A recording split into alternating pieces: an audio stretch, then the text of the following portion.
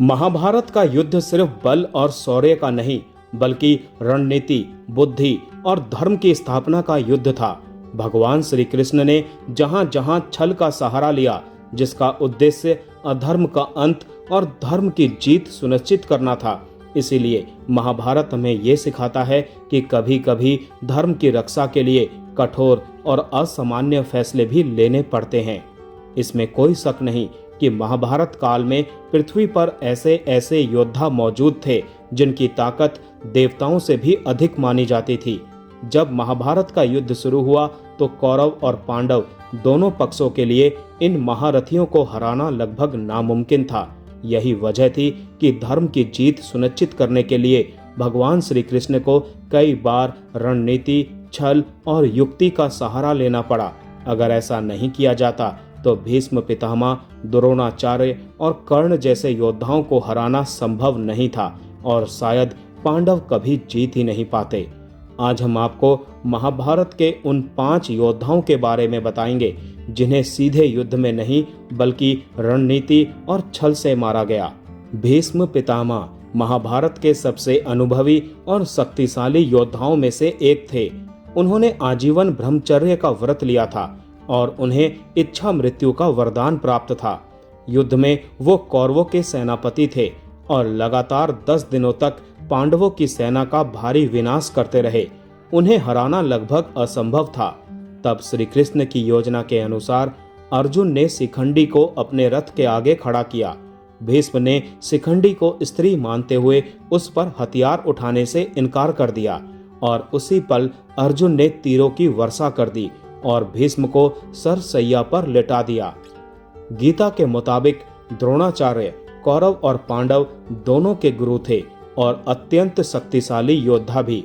जब तक वो युद्ध में थे, पांडवों की सेना को भारी नुकसान हो रहा था। उन्हें हराने का एक ही तरीका था, उन्हें मानसिक रूप से तोड़ना। श्री कृष्ण की योजना के तहत भीम ने अश्वत्थामा नाम के हाथी को मार दिया और ये खबर फैलाई गई कि उनका बेटा अश्वत्थामा मारा गया। जब युधिष्ठिर ने ये बात कही तो द्रोणाचार्य को विश्वास हो गया कि उनका पुत्र अश्वत्थामा मर चुका है। दुख में उन्होंने हथियार छोड़ दिए और उसी समय धृष्टद्युम्न ने उनका वध कर दिया। जयद्रथ दुर्योधन का बहनोई था और अभिमन्यु की मृत्यु में उसकी बड़ी भूमिका थी। इससे क्रोधित होकर अर्जुन ने प्रतिज्ञा ली कि वो अगले दिन सूर्यास्त्र से पहले जयद्रथ का वध कर देंगे, अन्यथा अग्नि में प्रवेश कर लेंगे।